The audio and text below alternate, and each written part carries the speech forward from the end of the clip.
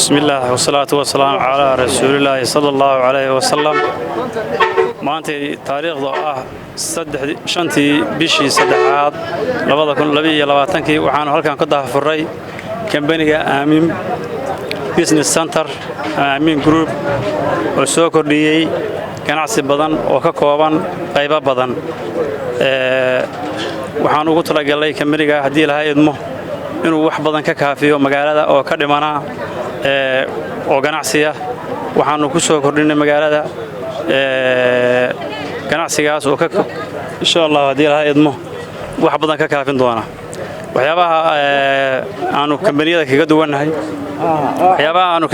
duwanahay waxa kamid ah hadii la hay'admo inaanu soo kordhinay magaalada oo jaamkeedu badan yahay inji inaanu ku soo kordhinay alaabo badan oo loo baahan yahay oo laga rabay meelo badan laga kala doon lahaa in isku meel laga helo. alaabahaas waxa kamid ah raashinka, sharaabka iyo alaabo kale oo laga keeni jiray meel kale laga doon jiray oo gaarigu ka mid doon jiray dhibaato marka qofkii gaari wata inuu meel badan aado oo meel badan ka kala doono.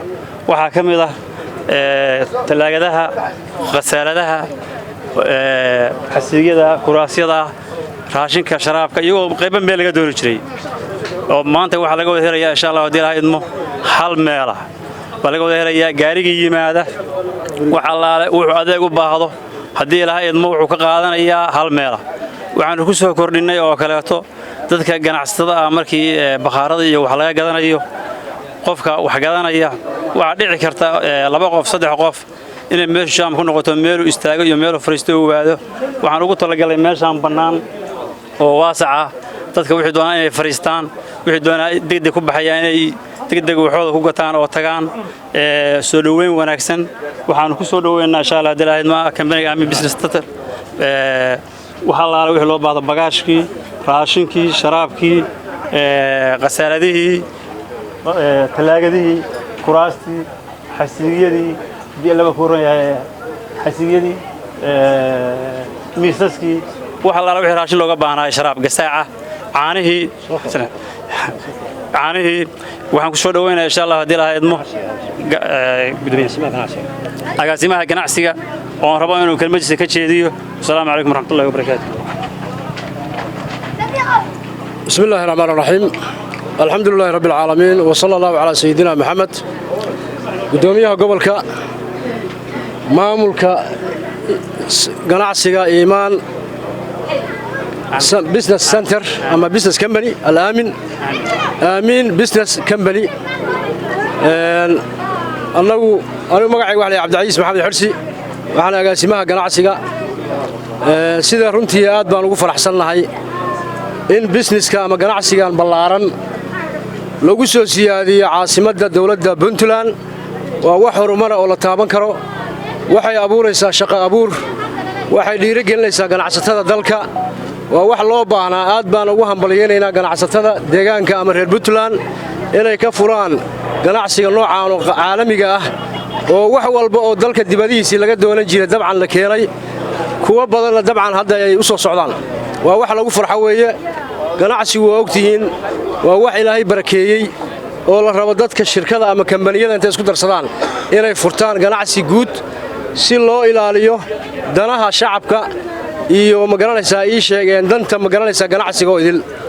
marka ka wasaaradda ahaan ku ogtihiin ganacsiga dalka anaga ka mas'uula wasaaradda ahaan anaga mas'uulka ah. waxaanu siinaa business license wax la yiraahdo shatiga ganacsiga. waxaanu ilaalinaa magaca ganacsiga uu leeyahay waanu ilaalinaa. waxaanu eegnaa magaranaysa ay sheeg shaqaalaha dhiirigelinta ku faraxnaa. waxyaabo badan baan magaranaysa ay kala shaqeynaa mar walba wada shaqeyn baan naga dhaxaysan ballaaran. marka waxaan mar labaad iyo mar saddexaad maamulka ganacsiga Al-Aamin Business Company Aamin Business Center ama Business Company waa kambani aad u fiican. aad baan ugu faraxsanahay mar labaad ka wasaaradda ahaan waa soo dhaweynaa ganacsiga. annagu wasaaradda ganacsiga warshadaha maalgashiga waan nahay magac ahaan.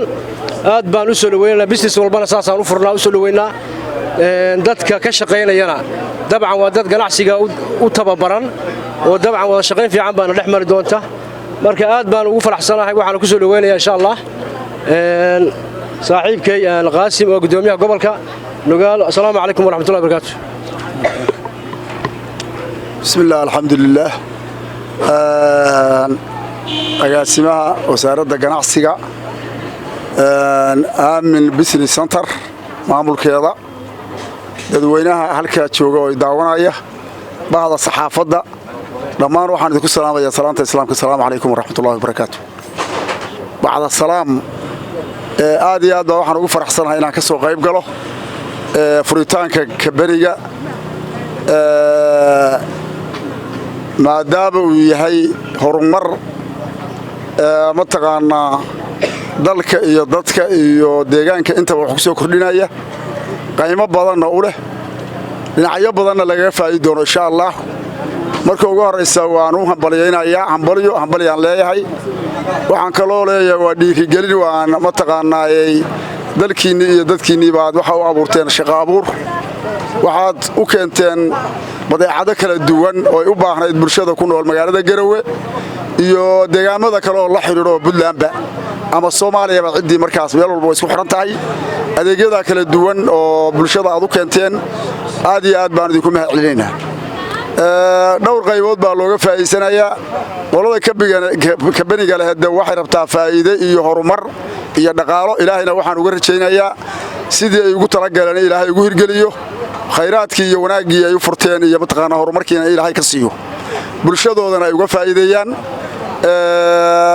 halka waa laga faa'iideeyaa waxa kaloo laga faa'iideeyaa dawladda iyo mujtamaca kaleba dawladda cashuur baa ka soo galaysa meheradii la furo ama kabanigii soo biira ama ganacsigii soo biira dalka iyo dadka dhaqaale ku soo kordhiya dawladuna waxay ka helaysaa cashuur si kaabayaasha dhaqaalaha iyo horumarka iyo mataqaana waxyaalo badan oo adeegyo badan loo helo sidaa daraadeed waxaan leenahay aad iyo aad baan idinku dhiirigelinaynaa bulshooyinka kale iyo ganacsatada kalena waxaan ugu baaqayaa inaad sida kabanigan oo kale iyaguna wax badan ku soo saa'idin doonaan gobolka iyo degmada taasoo iyaguna sidoo kale faa'iido ah iyo dadka ganacsatada ah oo dibadda jiraba dhammaantoodba inay dalkooda iyo dadkooda maalgashadaan inay ku soo dhawaadaan inay dadkooda shaqo abuur sameeyaan aad iyo aad baan idin salaamayaa assalaamu calaykum waraxmatullaahi wabarakaatuh waana mahadsantihiin